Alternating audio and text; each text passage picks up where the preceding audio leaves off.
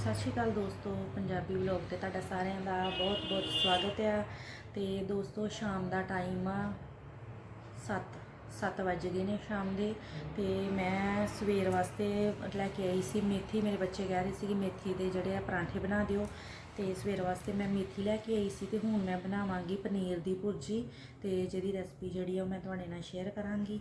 ਤੇ ਸਭ ਤੋਂ ਪਹਿਲਾਂ ਮੈਂ ਕਰਾਂਗੀ ਮੇਥੀ ਸਾਫ਼। ਤੇ ਮੇਥੀ ਨੂੰ ਅਸੀਂ इस तरह एक अदा पत्ता है जड़ा वो तोड़ना है।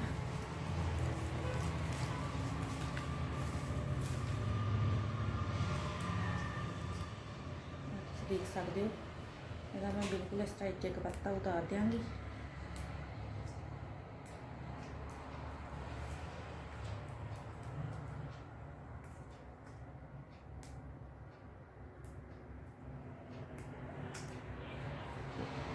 सर्दियाँ है, सर्दियों में तो बहुत ज़्यादा सब्जियां जड़ियाँ मतलब कि मिल जाती हैं।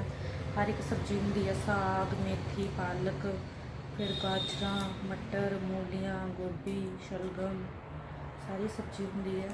तो सर्दी जी मैं बड़ी पसंद है, क्योंकि सर्दी में काम करने का भी जोड़ा वो अपना ही मज़ा है। तो गर्मी में तो कोई काम नहीं होंदा, ना खाना वगैरह बनता है। तो सर्दी तो चलो अं सारा काम कर लें। ਹੁਣ मैं पत्ते उतार के फिर इनू चंगी तरह साफ़ करना है। कहना मतलब कि इनू चंगी तरह धोना है। धो के तो फिर इनू मैं रख देंगी। तो सवेरे मैं बनावांगी परांठे बना के तो बच्चों नू नाश्ते में देंगी, तो नाल ही अपने बच्चों के टिफन में पा देंगी।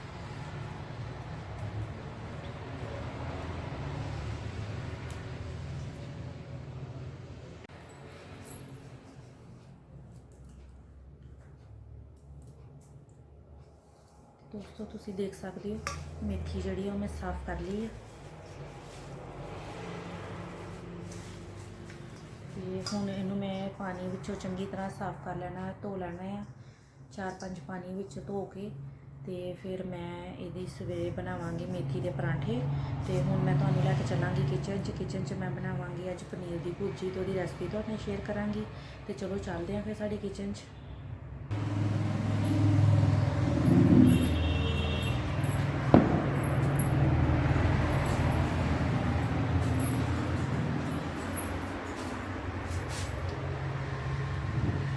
ਅਸੀਂ आ गए किचन च। पनीर की भुर्जी बनाने वास्ते सानू चाहिए पनीर। ये 250 ग्राम पनीर है।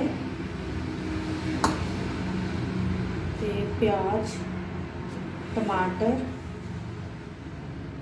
अदरक ते लहसुन इन्होंने मैं इन्हों के छिलके उतार लिए, साफ कर लिया। तो हूँ इन्होंने असी मिक्सी में पीस लाँगे। तो पीस के तो फिर असी जोड़ा पनीर की आ भुर्जी है वो असी तैयारी करांगे, रेसिपी तैयार करांगे। तो ऑयल मैं रख दिता गर्म होने वास्ते। गैस असी ऑन करांगे। तो पैन में मैं मस्टर्ड ऑयल पाया है, तुसी कोई भी ऑयल लै सकते जो भी तुसी खांदे हो घर च। पर मैं असी साढ़े घर में असी मस्टर्ड ऑयल खाने, सरसों का तेल खाने। तो मैं सरसों का तेल ही लिया। तो तेल को असी गर्म होने देंगे।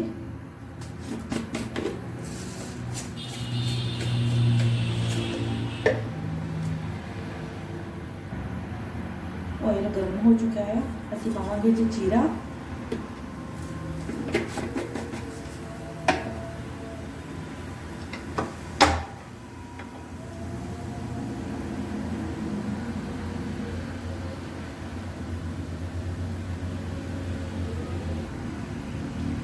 जीरा हो चुका है।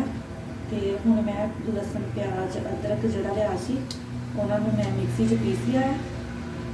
तो हुण असीं यह भी पा देंगे ये विच।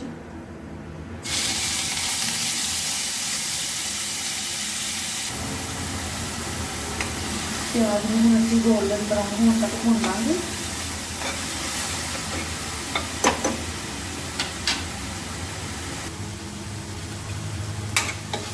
प्याज का कलर जोड़ा चेंज हो चुका है।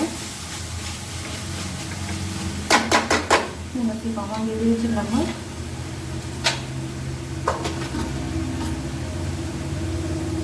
नमक आधा चम्मच, तुसीं अपने टेस्ट के अकॉर्डिंग करना नमक जिन्ना भी तुसीं खांदे हो।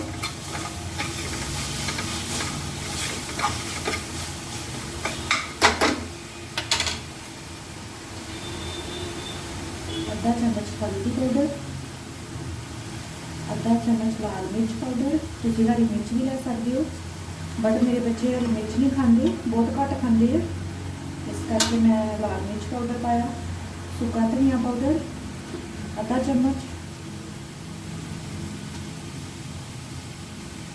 आधा चम्मच गरम मसाला। सारे मिक्स करांगे।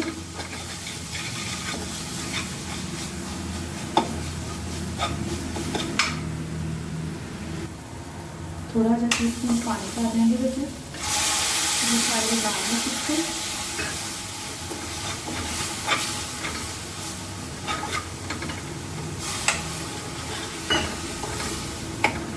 2 मिनट तक असं जरा मसाले को पकन देंगे।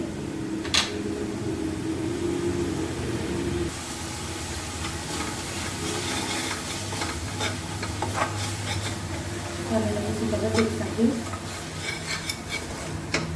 हम अभी पावांगे टमाटर। टमाटर भी मैं प्यूरी कर ली सी, पीस लिया सी मिक्सी च।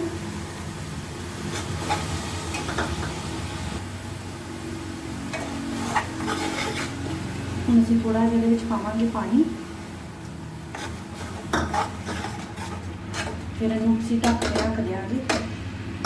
तो कोई 10 मिनट इहनूं असीं ढक के रखना है, टमाटर जिहड़े वो चंगी तरह पक जाण। तो 10 मिनट तक असीं वेट करांगे।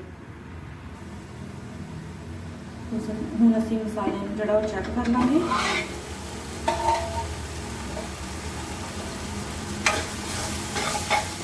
देख सकते हैं मसाले का कलर चंगी तरह पक चुका है। हुण असीं इहदे विच पावांगे पनीर। गैस नूं असीं थोड़ा जिहा घट कर लांगे। तो पनीर जिहड़ा है तो वो भी मैं छोटा छोटा इस तरह कर लिया है।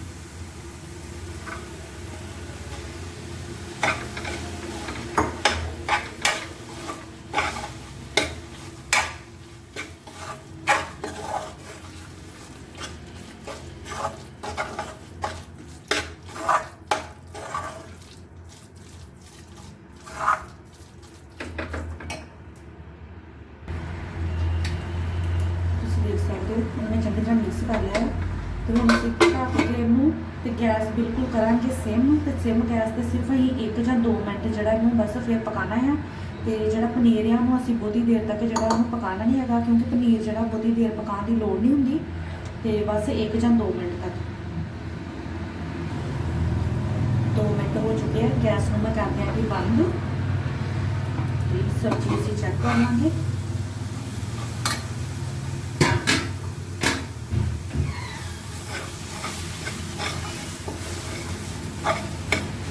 तुसीं देख सकते हो पनीर जो साडा बिल्कुल तैयार है।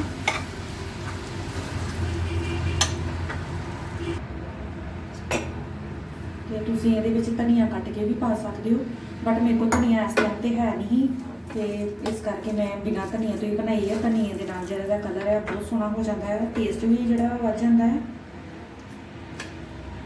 हुण मैं इहदे नाल बनावांगी गरम गरम रोटियां, तो फिर साडा जिहड़ा डिनर है वो होएगा।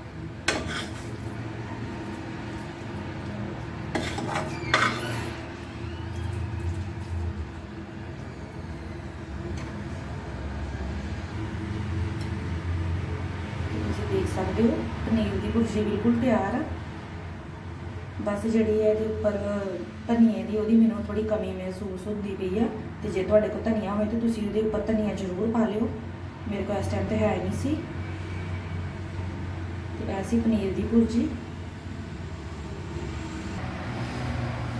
तो दोस्तों ऐसी कि साड़ी पनीर की भुर्जी की रेसिपी। तो मैंने उम्मीद है कि जी मेरी पनीर की भुर्जी की रेसिपी है तुहानूं चंगी लगी होगी। तो तुसीं घर में इन्हूं जरूर ट्राई करियो।